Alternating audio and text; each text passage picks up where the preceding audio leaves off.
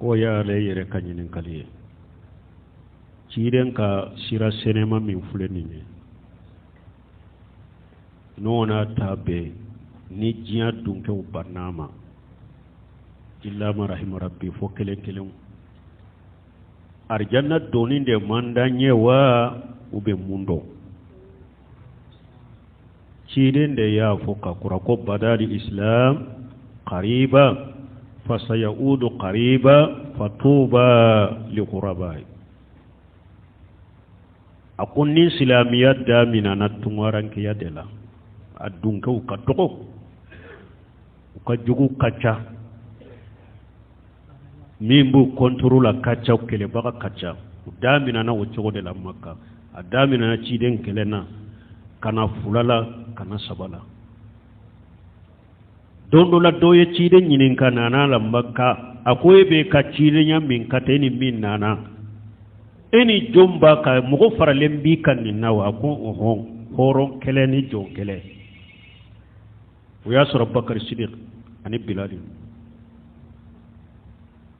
أكون إسلاميات دامنا جماعة كدو بيا جوكوي فنغتولا ولا فلان ودم بغتولا على كو أكو دامنا نوجو دلا أكو إسلاميين بالله بوجو كلين دلا الشيخ عبد الله بن باز أنا حديث سره باو ونكم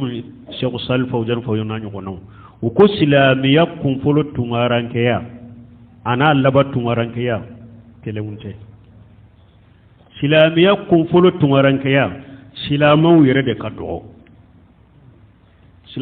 kaddo kafiri de tunkacha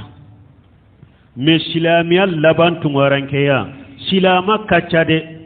metiya tigi de kaddo shaw salu fajani yode al mutadayyinuna kathiru ولكن الذي على الدين الحق قليل من بعد بك الدين ما او كچade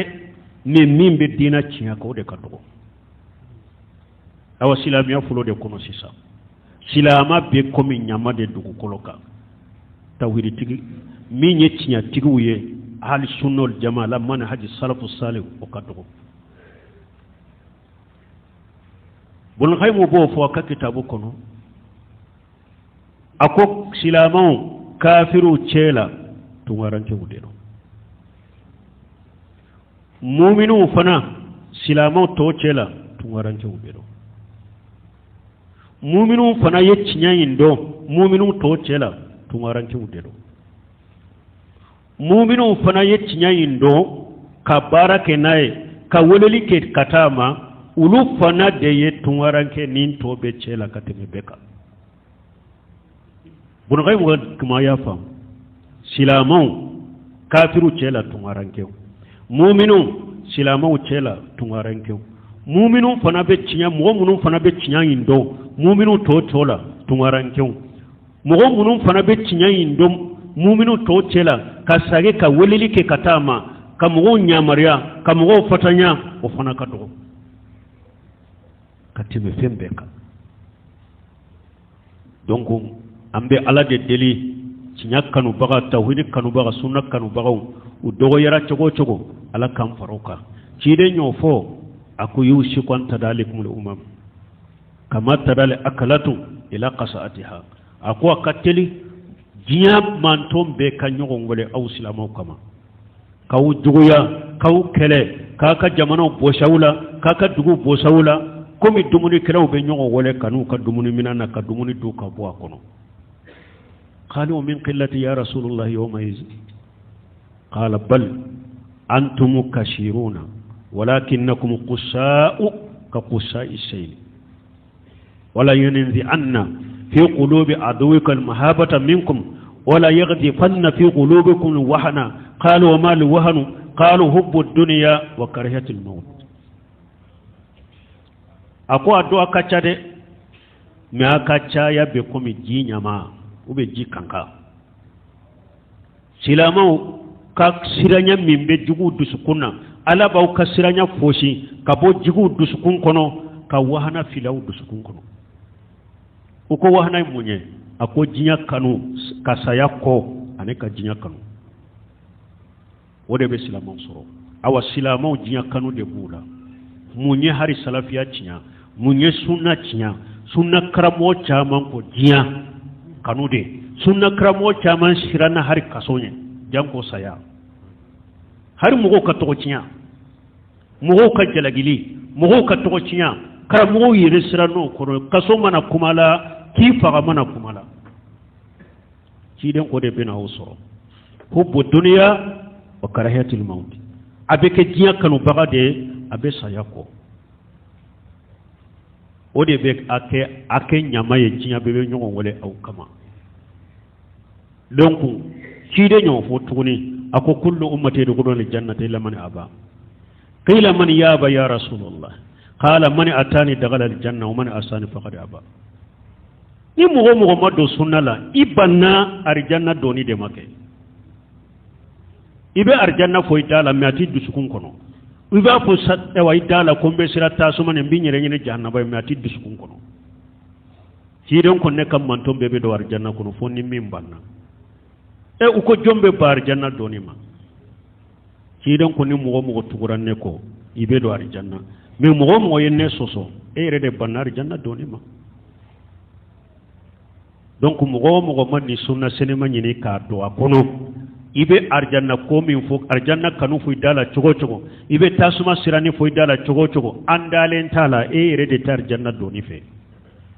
abi dade la ti duskun kono ni arjanna do ni bila ibe tugu ciden ko ne sallallahu alaihi wasallam ni be sirat cide ibe sirat jahannaba nye ibe tugu ciden ko ne men ni ya e ba ke ka ciden soso jahannaba do inde kadiye iba fo dade la ko cedo jahannaba ko te jahannaba fe me wode bi dusukun kono ala kan kisi kantanga kan ke ciden ka sunna tugu bagay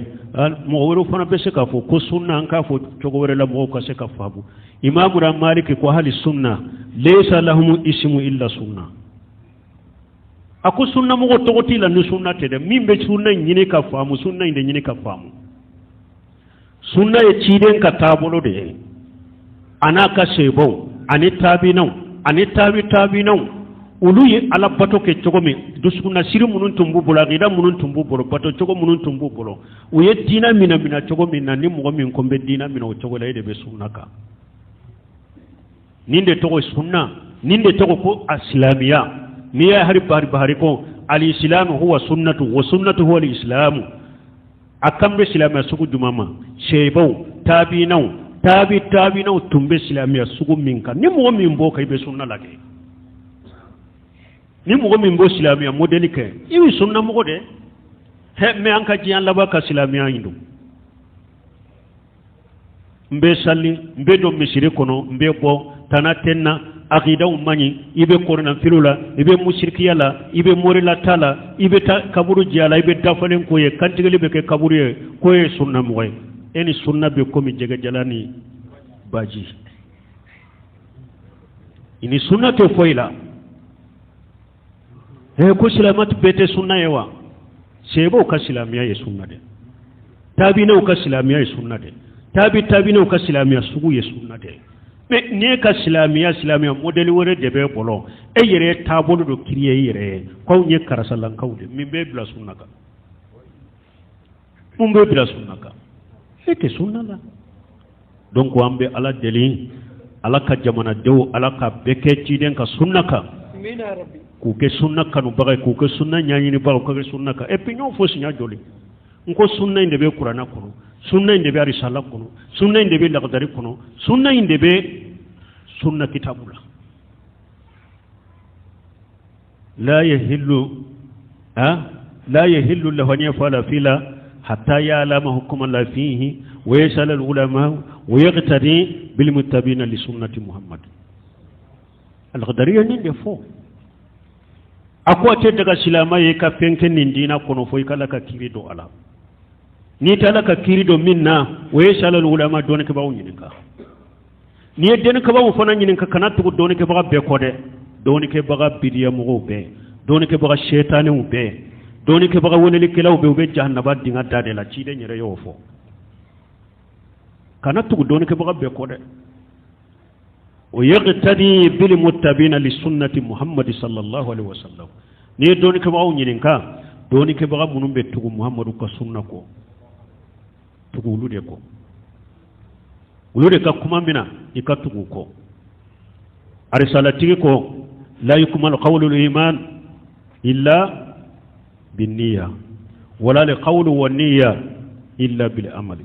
wala qawlu wan-niyyatu wal amalu illa bi muwafiqati sunnati rasulillah sallallahu alaihi wasallam arisalatiki ko niyalli man yakuma fo dala inne ka la ilaha illallah muhammadur rasulullah akon ninti wasa folode fo akasura bi duskun kono liman yakuma forani nenye abi duskun kono o madda amadda fade fo akasuro sufeu ka barake uko ciden ko min kake akake uko ciden ko min katoya katoy sufeu ka barake awa akol liman yakuma foran nenka abi diskun kono barakera ni saba madda fa folode fo aka be ciden ka sunnama de ni ebe bara chogoka ebe pato chogoka ama be ciden ka sunnama e ka la ilaha illallah min bidda bi diskun kono iye bara min ke bara fu man addasa fi amrina haja ma laysa min fa huwa raddu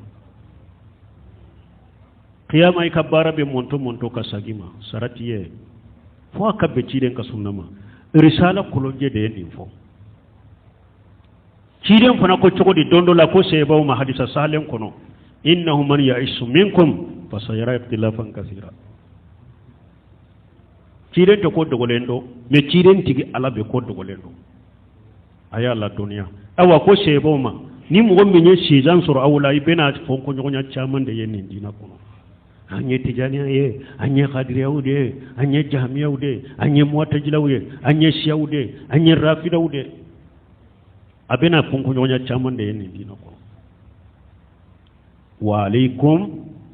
bi sunnati innahu man ya'ish minkum fasayara ikhtilafan kathira wa alaykum bi sunnati wa sunnati al-khulafa'i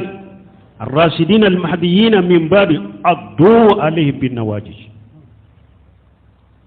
jiya be la halamina mari be la halamina cije nya do abena ala ya la dunya aya fo sebo ye sebo kuni maye mi anna na ye aye boda ke minye nistami ala ma antafaqna alayhi wa nu'ajiru ba'da ala ma ikhtalafna fihi wa fura ambe na minna an ka fara nyogon ka an sera ka be minna an ka fara nyogon ka ola anye nyogon soso min nan ka wujura di nyogon ma o munum be fo karamo bolo kerefe cire nyode fo akoni fonko nyogonya donna dina la sosoli chayara dina la wa alaykum bi sunnati mbawma ne ka sunna ayne ka sunna de nyini aka ken ka sunna ka wakati teriga fulana ya bila taburo fulana ya bila grupu fulana ya bila wa alaykum bi sunnati abeka fora nyogon kan ka sunna de la wa sunnatul khulafa ar-rashidin al-mahdiyyin min ba'd me eska ne ciden ko sunnatul khulafa ar-rashidin khulafa ar-rashidin ube ciden ka sunna bila jamana sunna de bu bolo ay ayira la de nebe min ka de khulafa ar-rashidin nu toje ulu tabode ka aka kauka mo kunna du mo kandalew ciden ma to la de ama to ala kwayen ka sunna mina ani khulafa rashidin ka sunna yemun faraka wa addu alay bin nawajid parce que ciden ba do odo ni mo min ko ciden ka sunna ni mo min ko khulafa rashidin ka sunna sama baga de bila ka sama ka boy bolo mo de be soro mundu asama sama ka boy bolo ki la gosi ki ke dictateur ki ke hikmatu mo minna ki ke mo min makala ki ke mo bi diplôme tabolo ki ke mo ko shahada tabolo ki ke mo ko atarabu kamme sama bagaw de be sura la ko ba sama ka boy bolo ki soso ki fonko nyonya o de akwa ya faraka addu ni yaye ko femina ni takajuruye do de bake ka purti ka boy bolo do de bake ka sama amina ko suba kana Allah tila yilare addu ale bin nawajis ka sunna kula farisira ka sunna aya mina na nyunde sama baga ya sama chogo furti baga ya furta ubolo chogo kana tila wulade akatonae akamina fura de fulen ni nye so soli min be dinya kono nyogon fonko jone min be jamana kono boda fule fura fule ciden yen ninde ka furai an kan da de nyogon na an kan makku nyogonya an kan nyogon sapute sa an silama dama an ka ciden nyode fawye ko sunna inde kata ani kalfana ni ka sunna bagali nana aku iyyakum muhaddasatul umur fa inna kull muhdathatu bid'ah wa kull bid'atu dalala wa kull dalalatin fi an-nar ako wakati fana bauma bagali min ba addi awma aya yire korosa wakati ko kurawma de a wakati ni fonko nyonya chayara dinala ko be ni ko kura de do ate qur'ana kono hadisa te sebo ka kuma te ka ke walete tabino ka kuma te ka ke walete tabino ka kuma te mino ka ke walete aya yire koro sama de muhaddasatul umur a wakati koko ye kokura de dina koko ni de do ni kokura de aya yire koro sama akana girala yire de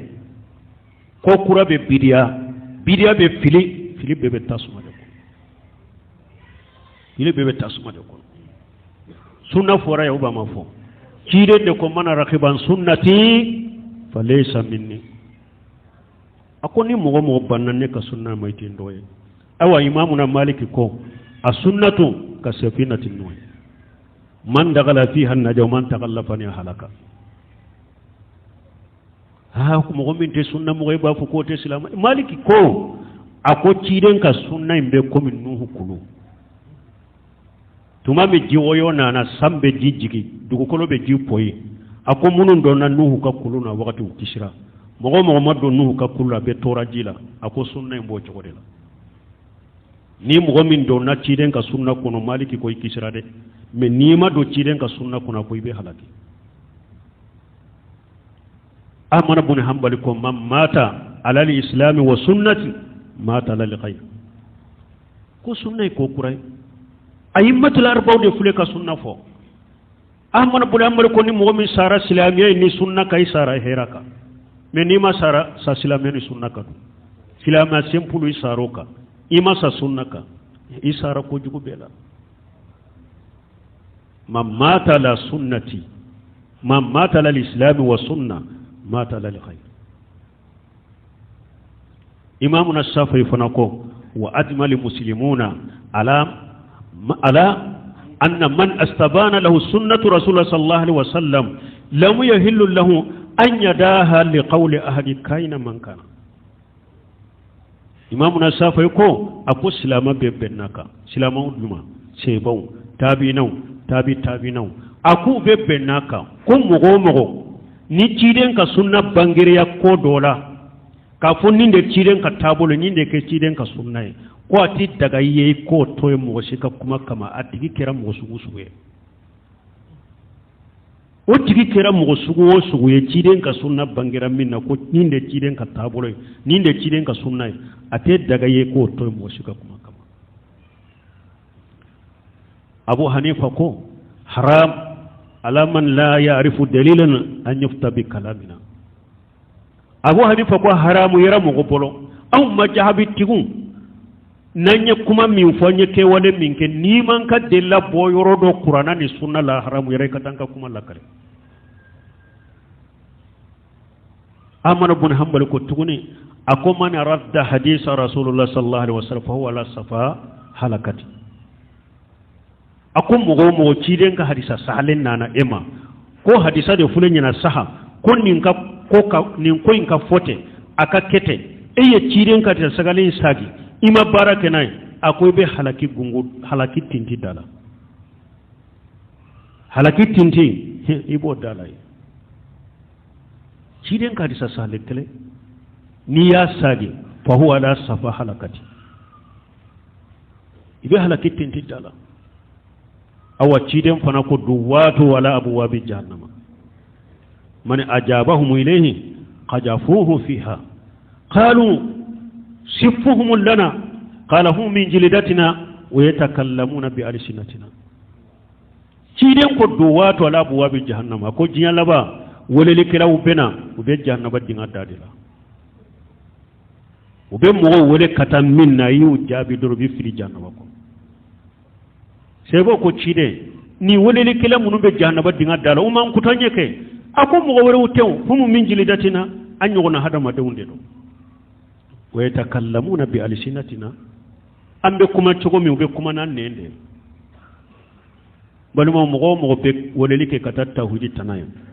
tauhidi tanama do wata la buwa bi jahannam mo be wolele ke kata sunna tanama kiren ka sunna in tanama do wata la buwa bi jahannama mo be ti wolele ke kata salafiya tanama do wata la buwa bi jahannama mo be wolele ke muso ka hijabu bila do wata la buwa bi jahannama mo be wolele ke ko jamana lestede demokrati do wata la buwa bi jahannama mogo be hijibiya la anka fara nyogon kate anka makku nyogona tawhidi foli ban farade sunna foli ban farade oye ko gelen tigiyade du wato wala buwabi jahannama man ajabahum qajafuhu fiha ala kan kisu toroma kambila sinna sinemainka kanyana mayaka kan fatwaka ala man haji salafu salih subhanakallahumma rabbana bihamdika ashhadu an la ilaha illa anta astaghfiruka wa atubu ilayk